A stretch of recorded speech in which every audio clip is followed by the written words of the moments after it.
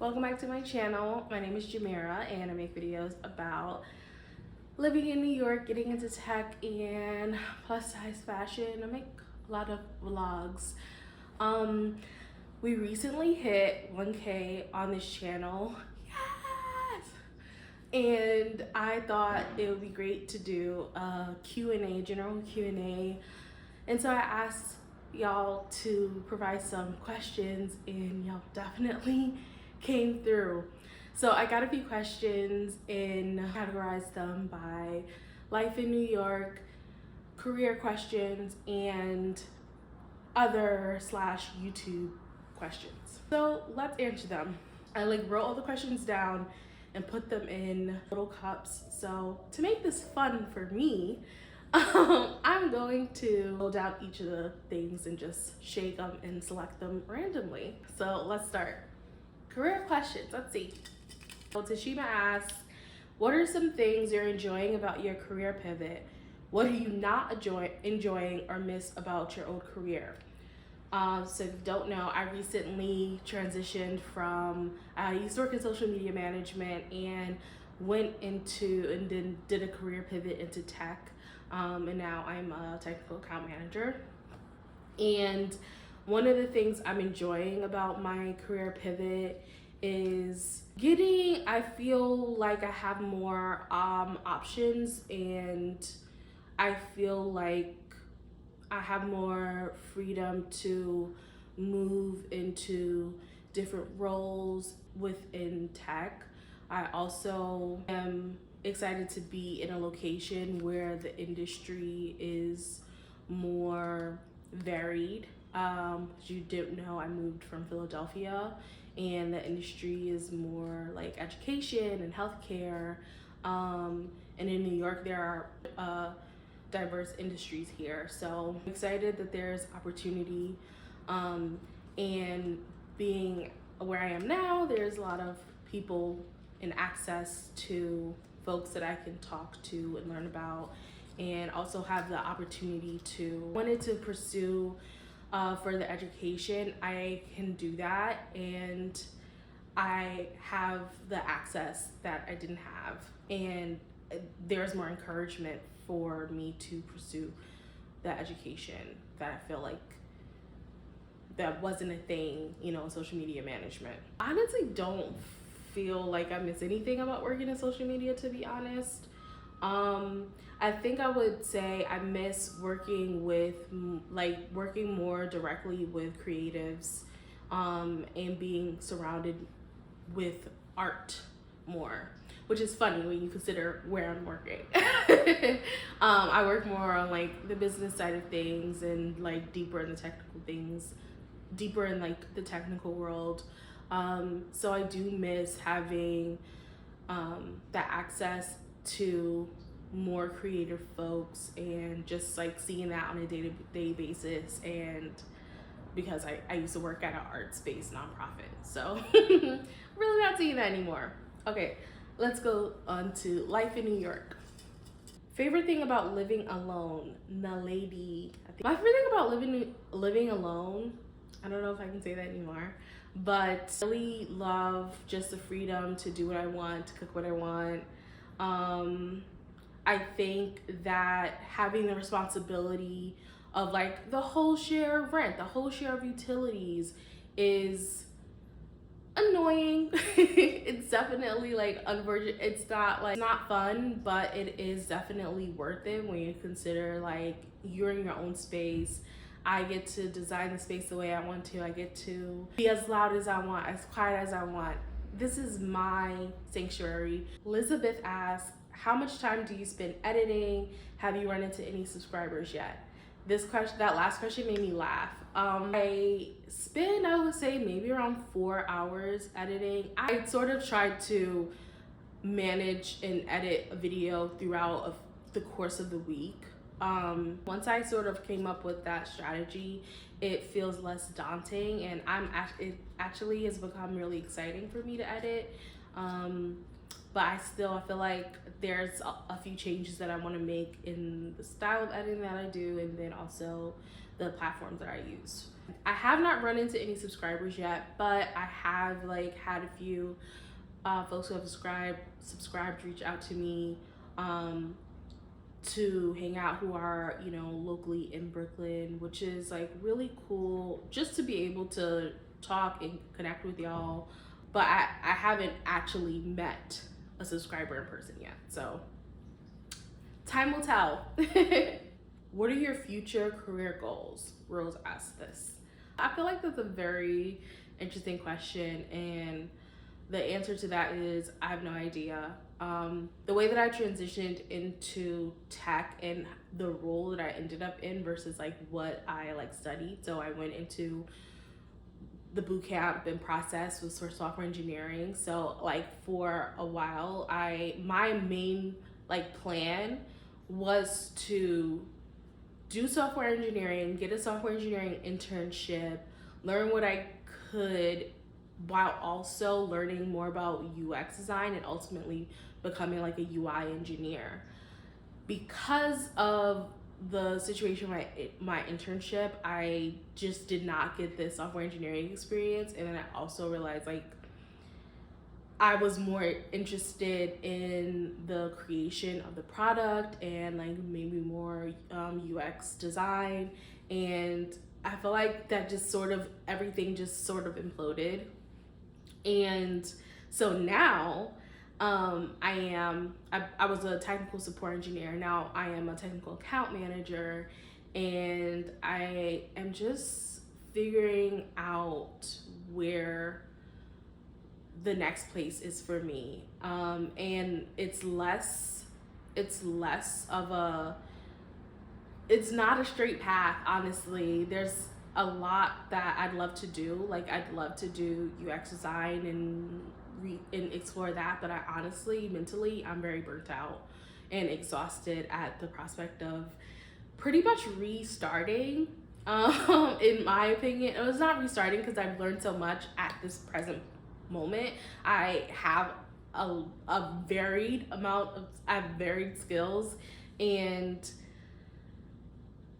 it's not necessarily starting over, but it is, you know, starting a new journey. And I'm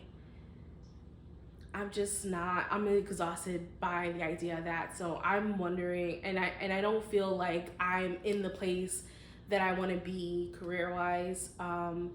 So I think there's a lot to explore there personally and internally on my end, and I don't really have a straight answer. And the older I get, the more, you know, I'm becoming more comfortable in that uncertainty and more excited about the exploration and the journey.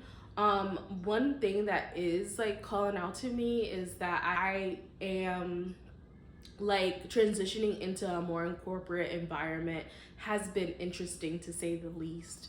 And I feel, and even when I was in the social media world, I've felt freelancing creeping up at the back of my head, and I have ignored it.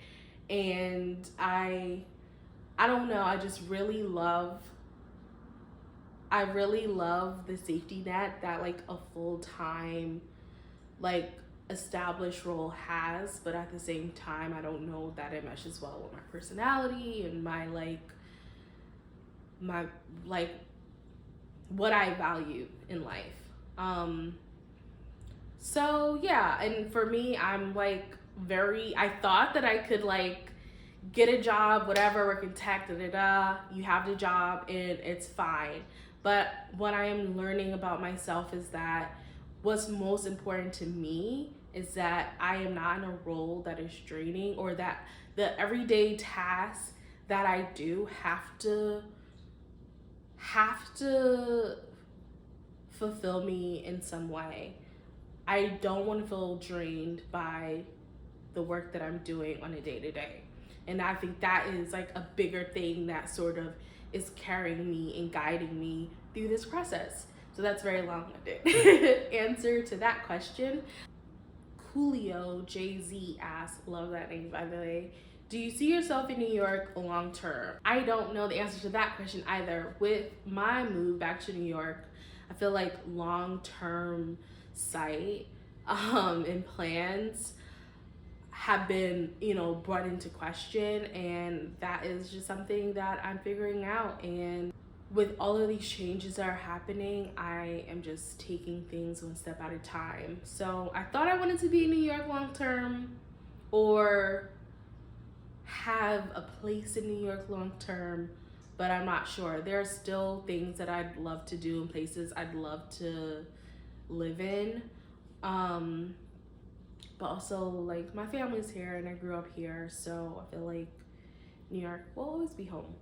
Nalidi asked, are you enjoying YouTube? Yes, I've always enjoyed YouTube. I love YouTube more. I usually watching YouTube more than watching regular TV, but now, like, TV has been sort of beating things out. We are in the prime of television right now, so I've been watching a lot of TV and shifting from consuming a lot of YouTube to just creating on YouTube, because one thing about I could watch YouTube like it's TV and just consume, but as I'm becoming more consistent with my own channel and wanting to create more videos and document my life on YouTube, I have sort of shifted from that to more creation space, and I'm really enjoying that process. Are you still an intern at Adobe? Asked Rose. No, I'm not an intern at Adobe anymore. I am full-time technical account manager.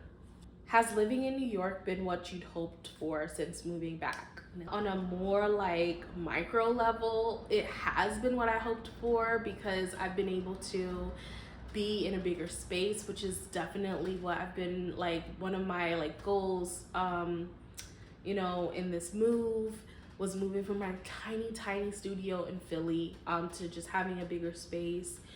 So that on a micro level has been really exciting and fulfilling, to be able to like build out my home. But just like the move itself, I feel has been, I don't know, just been interesting. Like, I feel like I'm just getting to know the city again. It feels like I got it, but I feel the change in myself when I'm out in the city. I feel more called to home than like being out in Manhattan every day of the week or whatever. However, I still have that same like adventure. I'm still exploring, and I still have that energy of exploring in New York. So I feel like it's a mix. It's like things are different, but I feel like slowly I'm getting to do the exploring that I want. I'm building out the apartment and home that I want, and I feel just really grateful, and to be connecting with like family and seeing family. It's been a positive experience, but also just really different.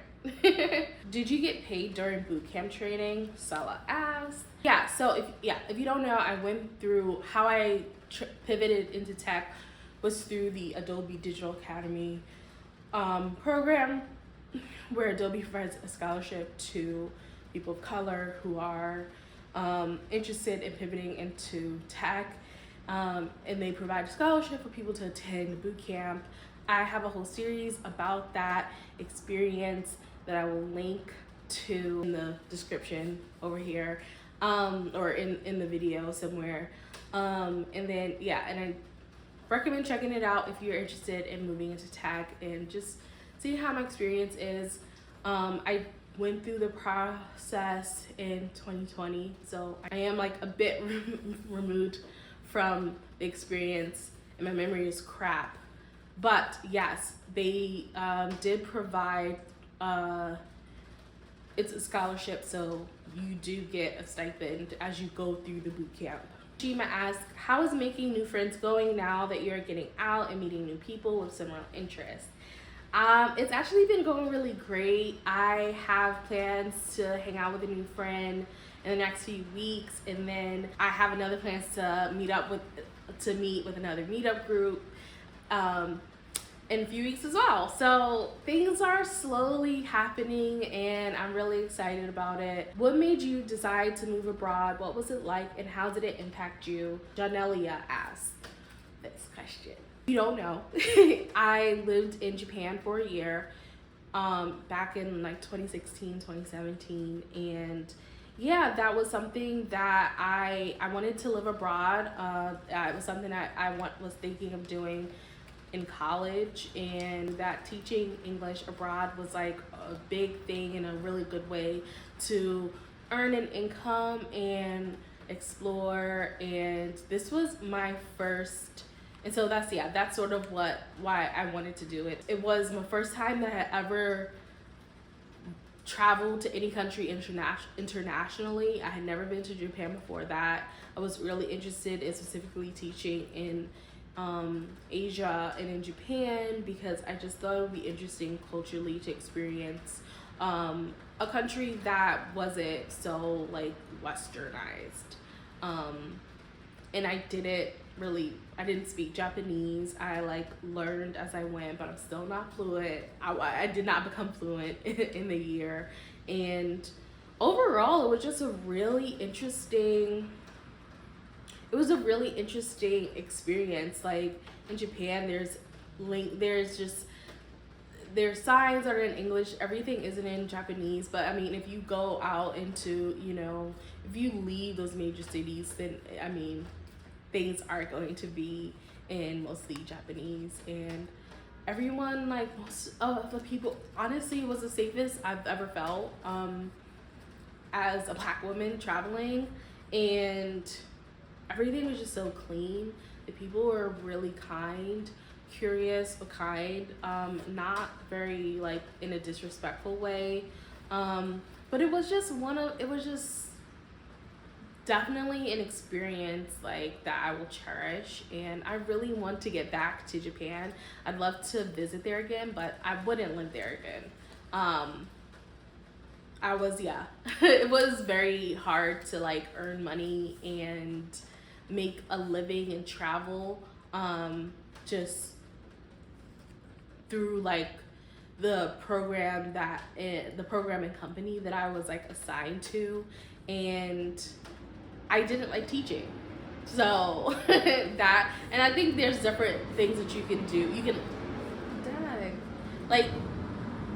can still live in Japan and not teach, but that I wasn't really willing to be there longer. And then there's like taxes that you have to consider where you start getting paid. You have to pay these residency taxes that are, I've heard, I just was scared off by them, and I was making so little already, and then you get paid monthly. That was a whole different thing.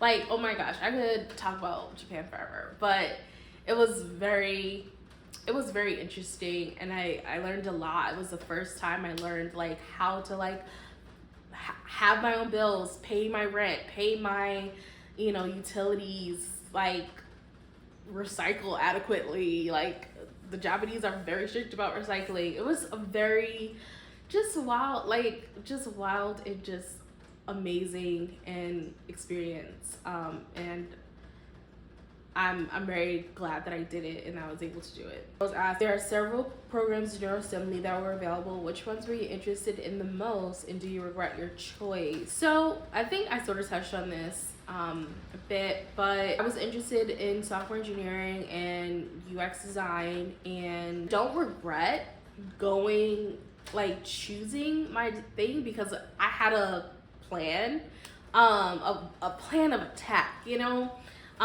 it was just so hard. It was very hard. I don't regret it because I learned a lot. I was able to get through the process and get an internship at Adobe. Like, that is something I'm very proud of. Like, the whole experience is not something, I feel like sometimes for me, I can be inclined to complain about things and things aren't going my way, but like, I cannot deny that like going through that experience was such a game changer. I learned a lot about web development. I learned a lot about discipline. I learned a lot about community, because you're in such a community. The people who are part of the program are in, for the most part, the same boat that you're in. Like, this is, for some people, this is like the opportunity of a lifetime, and it's everyone's just real, like, in it and grinding and hustling. They're sacrificing a lot to be in this position, and I don't regret it, because it's got me where I am today. And even though things are not like a perfect thing, it's not a perfect situation. When I think about where I was at, you know, in 2020, even though I was employed, I was completely like down, like was not in a good space at all. And I'm just very thankful overall. So even though like I'm still like on my journey, I don't regret it. And I'm thankful for all of the skills. And I met so many cool people who I still talk with from this day through that program. And we're all doing our own things, but we have that bond. I literally have never met them in real life, but we have that bond, and it still persists like to this day. So I don't regret it. And I'm just honoring, I am grateful for the process and yeah, where it's led me today. Tamara asks, what is your favorite thing to do in New York? Ooh, my favorite thing to do in New York is just explore.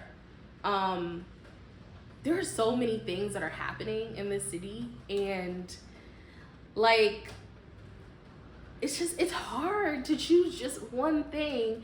It's like you only have a certain like amount of time in a day, and I feel like there are 1,000 things that I want to do that's all happening at the same time. But yeah, my favorite thing to do in New York is explore, try new things, support local businesses, and also hit up museums. Like, New York has like great museums. Oh, I feel like I should go to one soon. I gotta go to a museum soon. Julio JZ asks, what do you do to stay busy? Honestly, the last thing I want to do is stay busy, or be busy. I want to rest and relax. Like, work is busy enough. So when I'm not working, I want to be in a state of just like ease and stillness. So things that I do for fun, yeah, I think I sort of like things I do for fun are just like, I love watching a movie, going to the movies, going to a museum, going to like some like quirky event that's happening in the city, going to a little festival, street festival. Yeah, I'm excited like to do things this fall and be in New York in the fall and in the winter and see what that's like. Do you find you're treated differently because you entered tech non-traditionally instead of getting a Bachelor of Science? No, I feel like no one's coming up to you and being like, oh, how'd you get into the job? Like, you know, yeah, no one's really checking your credentials, you know, when you're working.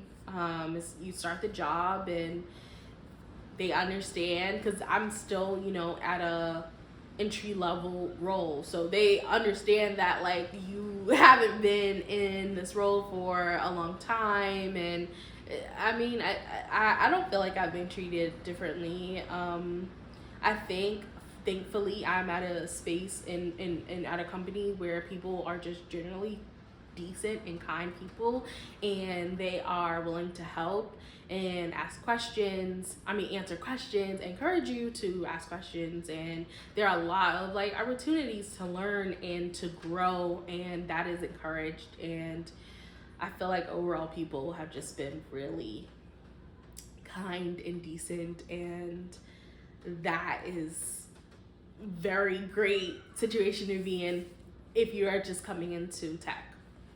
That is the last career question. All right.